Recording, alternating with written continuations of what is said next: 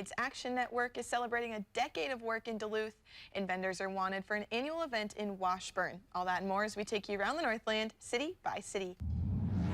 We start in Northome, Minnesota, where the Playground Committee is making another push for donations and volunteers.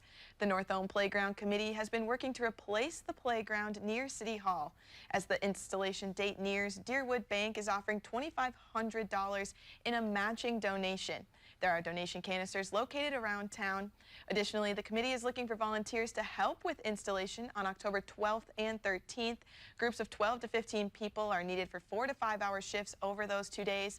We'll have volunteer sign-up information on our website. And next we head to Duluth, where a local organization will be celebrating a decade of service. The Rural AIDS Action Network is a harm reduction program that operates in Greater Minnesota and a syringe service program in Duluth. That Duluth service opened in 2013 and have taken in over 2 million used syringes and served 6,000 participants with clean syringes, HIV testing, naloxone training, and more.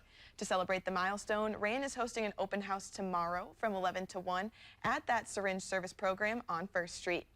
And we wrap up in Washburn, where they're already thinking about winter.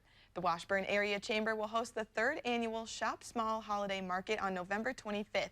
Vendor applications are open now, and there's only room for about 27 makers. Sign-up fees vary based on table and booth size. We'll have those sign-up details on our website. And as always, if there's something going on in your neighborhood that you think we should know about, send us an email, and it might be featured as we take you around the Northland, city by city.